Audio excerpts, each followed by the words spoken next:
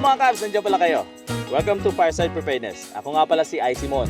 At ako nga pala si Mertan. Ngayong gabi pag-usapan natin ang crucial question, bag in or bag out. Kailan nga ba tayo dapat magstay sa ating tahanan at kailan nga ba tayo pwedeng mag-evacuate?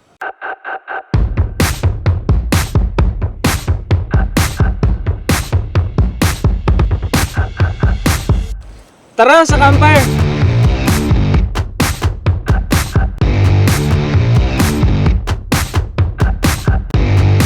Magpintuhan tayo! Pag-usapan natin ng disaster preparedness at survival. Samahan nyo kami sa mga kwento ng paghahanda at talaghay. Join us in this channel. Pag-usapan natin ang mga practical knowledge and stories of survival para ma-empower ang inyong readiness. Gas! Panatag at listo! Welcome to Fireside Preparedness!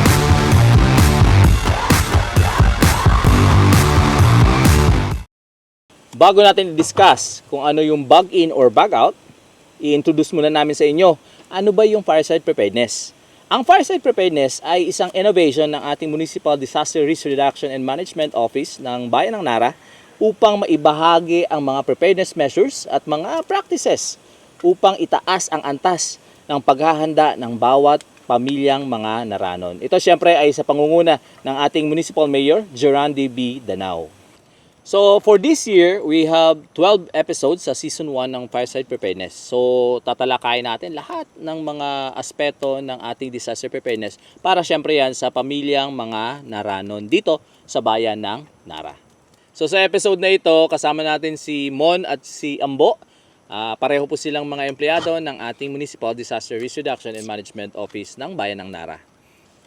Bag in. So Mon, pag sinabi natin bag in, kung mayroong mang emergency, meron tayong designated safe place. So, pwede yan sa bahay natin or sa kapitbahay or kamag-anak natin.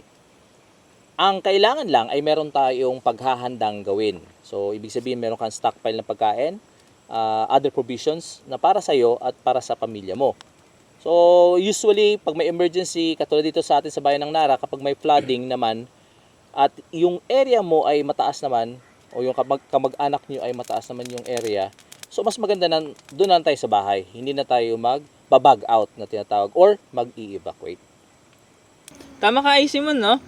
Kung ikaw ay handa sa iyong tahanan, you have a better chance to weathering the storm. Naman, oo. Isipin mo yun, meron kang access sa pagkain, tubig, napaka-importante yun. Yung mga provisions natin. Even sa medical supply. Yes naman. So, yun nga, ang sabi ko kanina, kung lahat ng yun naman ay meron kang nagawa, yung preparedness na nagawa na yun, mayroon kang mga provisions, and again, relatively safe yung area na dinesignate mo, then mag-bag in ka na lang. So usually naman, ganun ang ginagawa nating mga Pilipino, na kapag yung area naman natin ay safe, ay doon na tayo sa mag-bag in na tayo. But kailangan pa rin natin na magpalista sa barangay. Kasi minsan mayroon tayong nagiging problema ng mga kababayan na hindi sila nabibigyan ng ayuda, di ba? Kasi nga hindi sila doon sa evacuation center. But yun, kung naapektuhan naman tayo, then mas maganda pumunta tayo sa barangay, magpalista tayo na naapektuhan tayo. So kung magbabag out naman tayo, ito yung aalis tayo doon sa area na kung saan tayo. Kasi syempre, dito, sabi ko nga, di ba, sa bayan ng Nara, mostly flooding ang ating hazard. So kung malapit tayo sa ilog, malapit tayo sa dagat, mas maganda talaga na mag-bag out tayo or mag-evacuate tayo. Kasi yung ating mga barangay, marami naman tayong evacuation centers sa mga barangay. So pwede natin gamitin yun to bag out. Okay bag in, bag out. Bag in, bag out. Bakit? Huwag mo na itanong. Sige, tingnan natin yung difference nung bag in and bag out pa. Bag in, meron kang prerequisite. Una, kailangan mong maganda. Meron kang stockpile ng pagkain, tubig, at iba pang mga essential provisions. At syempre, we have to consider yung safety ng lugar. So kaya nga safe place siya, di ba? So safe muna yung lugar bago mo piliin na mag-bag in. Magbabag out ka naman kung compromise naman yung area kung saan ka nakatira. So sabi ko nga kanina, kung nakatira ka sa ilog, hindi naman sa ilog, malapit sa ilog, malapit sa dagat, ay mas maganda mag-bag out ka or mag-evacuate ka. Especially yung ating bayan sa Nara ay mayroong ordinansa tungkol sa preemptive evacuation at forced evacuation. Nasa ating local chief executive ang pagpapasya kung magbibigay siya o mag-i-issue ng preemptive evacuation or forced evacuation. So nangyayari lang naman yan kapag meron tayo syempre yung mga may bagyong parating halimbawa. So mas maganda na mag-preemptive evacuation na tayo. So mag-bug out na tayo kaagad doon either sa evacuation center mismo or doon sa mga kapamilya natin, sa mga kapitbahay natin na nasa mataas na lugar o mas safe na lugar. So yun yung bug out ang gagamitin natin. Pero ang tanong ko, ano ba yung dapat nating dala-dala kapag tayo naman ay nag-bug out? Yun ba sir yung go bag? Yes, tumpak, go bag. Tama ka, Simon, no? In general, meron tayong tatlong klase ng go bag. Yes. Una dito yung everyday carry na Everyday tinatawag. carry. Pangalawa yung EDC yan. Diba? Oo. Pangalawa is yung grab and go bag. Okay. Then yung pangatlo is yung full size go bag. Yes. Tama ka doon na EMR Tan. Teka, ano ba ang laman ng go bag? Ang rule of thumb natin in making a go bag ay nakadepende syempre kung sinong gagamit. Okay, so kung personal mo yan, nasa kung anong pangangailangan mo. Pero kung pangangailangan ng pamilya, mas marami syempre ang provisions na meron dun dapat. So halimbawa sa tubig na lang, dapat meron tayong 3 liters per person per day. So kung apat kayo, times mo na lang yan. Do the math, di ba? Pero ito, meron tayong mga i-present na mga ilan sa basic na pwedeng ilagay. Siyempre, sa ating go bag. Kung pamilya man yan o pang personal. Okay? So, pakitanggal mo na si Marshmallow. At itabi ang ating mga mugs. So, unang-una nating nasabi kanina, unang-una, tubig. Okay na tayo sa tubig, di ba? So, pagkain. Okay. So, pagkain natin. Meron mga available sa market or even in the online market ng mga MREs, yung tinatawag nating meals ready to eat. And again, sa akin, yung aking go bag, halos karamihan online ko naman ang binili kasi andun na yun, madali na siya mabili. So ito ay isang MRE na pwedeng tubig lang na mainit yung ilalagay dito para makain mo na siya. And yung expiration date nito ay nasa 2030. So kung maglalagay man lang tayo sa ating go bag, mas maganda matagal na yung expiration date, di ba? So para matagal din natin siya mapakinabangan. Okay? So ito, tactical food pack, matagal yung expiration 2030. So pwede rin yung mga syempre yung mga dilata na yan, di ba? Yung mga dilata.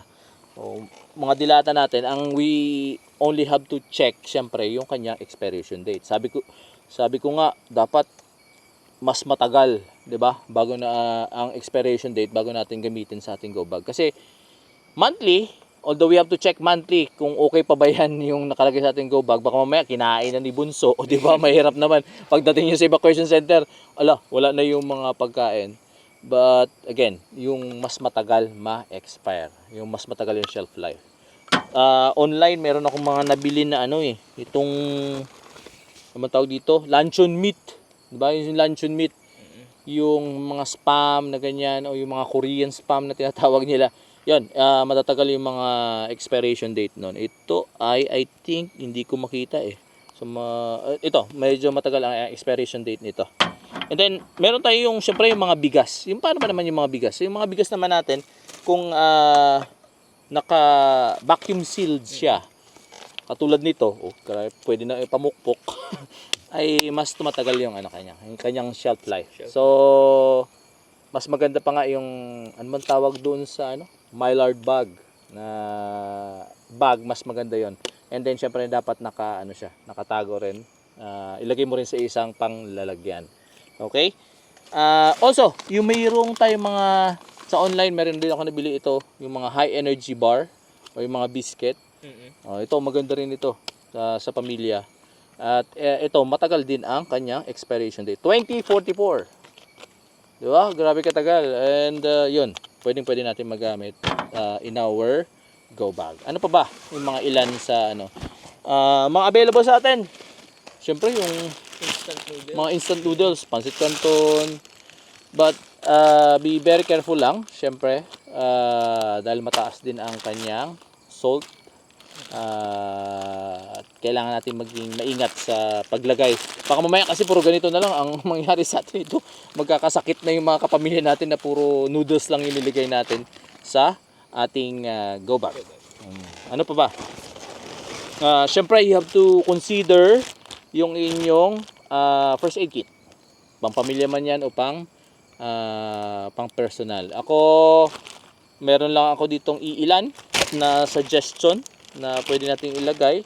So, syempre, yung mga bandage na yan, mga alcohol, at kung ano-ano pa, you have to consider kung sa pamilya naman, kailangan meron tayong mga gauze, merong yung betadine kasi sa mga bata, di ba? Mga bata. And you have also to consider yung mga simpleng gas-gas or bali. Halimbawa, kung kayo ay wala sa area talaga na meron agad makakaresponde sa inyo. So, you have to take into consideration yung mga bagay na yan. Ano pa ba? Ang power bank. Di ba? Power bank. Yung power bank, ito sa akin yung merong solar. Ayan. So yung power bank, maganda na meron tayong power bank sa ating go bag kasi nga syempre in times of emergency hindi naman tayo makaka-rely talaga sa ating kuryente. Kasi syempre pwedeng mawala yan. Remember Odette, di ba? Remember Odette, wala tayong communication, wala tayong kuryente. So power bank ay necessary sa ating go bag. Okay? Meron tayong hindi ko naman ito pinopromote pero pwede kasi online, may mga available tayo, mga radyo. Ito katulad ito yung Cygnus or Baofeng, yung mga yan. Ang kinagandahan nito, pwede nyo kasi makontak yung inyong local DRM office through the frequency na pwedeng ibigay. And also, yung radio function niya. So, ibig sabihin, dalawa yung purpose niya na makakapakinig ka na kaagad ng mga balita, ng forecast, or ano pa mang balita na nanggagaling sa ating mga, sa ating pag-asa halimbawa, or sa ating local government units. At mas madali tayong magkakaroon ng kaalaman kung ano yung mga dapat natin gawin. Okay? Ano pa ba nakalagay dito? Siyempre yung mga medicines, huwag kakalimutan yun. Lalo-lalo na yung mga, anong tawag dito? Maintenance ng kapamilya natin. Importante yon na meron din tayo na nakasama sa ating go bag nun, yung maintenance. Kasi nga, pagdating natin sa evacuation center, hindi naman yan available agad-agad. Diba? So, yon. Pera, cash, pwede. Ilang maliliit na bills para mas madali. Kung halimbawang may kulang, pwede tayo makabili kaagad. Ano pa? Mga importanteng dokumento. Yung mga importanteng dokumento na yan, dapat yan ay either naka-sealed siya dapat. So dapat meron siyang plastic seal na hindi siya mababasa. Kasi nga importanteng dokumento tapos nilagay mo lang doon basta-basta, 'di ba?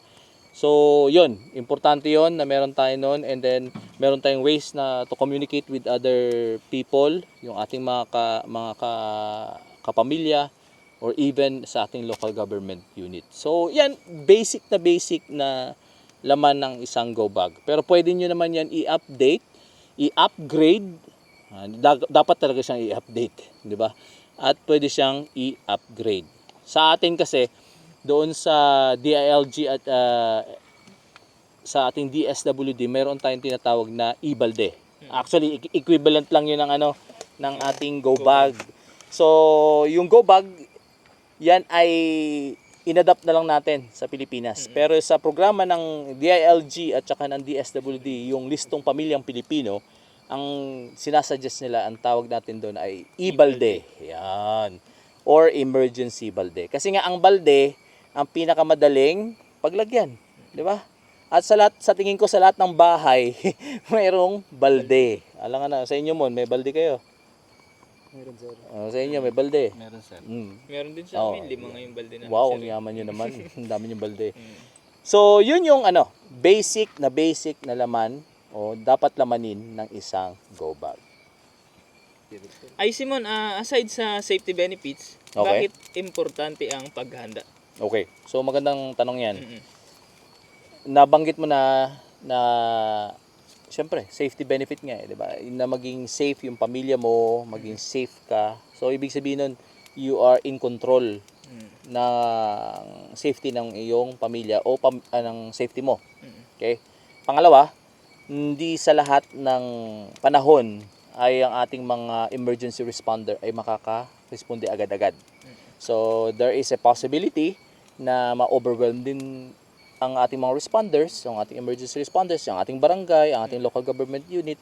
So, hindi agad sila makakatulong sa iyo. So, sa senaryo na yon, kung mayroon kang paghahanda na ginawa, then yung survivability ninyong pamilya ay mataas, di ba? Kasi meron kayong magagamit eh, di ba? So, halimbawa na lang, nag-bug out ka, di ba? Nag-bug out ka.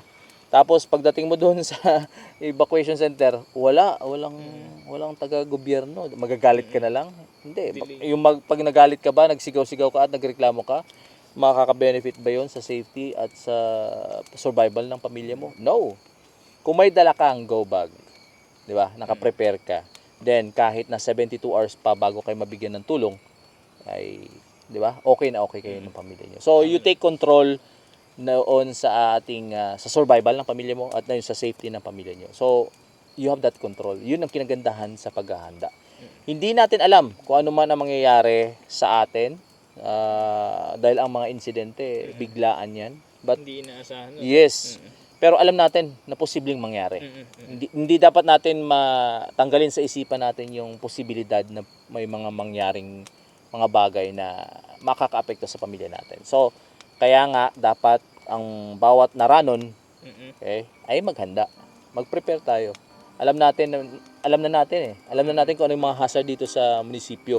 So, with that, dapat may kakambal yang paghahanda. So yun mga kakabs, dito na tayo magtatapos. Thank you for joining us for this episode of Fireside Preparedness. Stay safe, stay prepared, at see you sa next episode. Oo nga pala mga Cavs, throughout the season, maglalabas kami ng mga merch or merchandise. Mayroon kaming mugs, t-shirts, and caps. At ang magbe-benefit nito ay ang ating NARA Community Disaster Volunteer Corps. Sila yung mga katuwang natin na hindi natin binabayaran. Ito yung mga volunteers natin na tumutulong sa atin in disaster preparedness and disaster response at in making NARA disaster resilient. Mga Cavs, huwag kakalimutang maging ligtas, panatag, at listo! Kung nagustuhan niyo po ang episode na ito ng Fireside Preparedness, please like and follow the official Facebook account ng training section ng MBR NARA. And please subscribe on their YouTube channel, The Fireside Preparedness. Hanggang sa muli mga Cubs!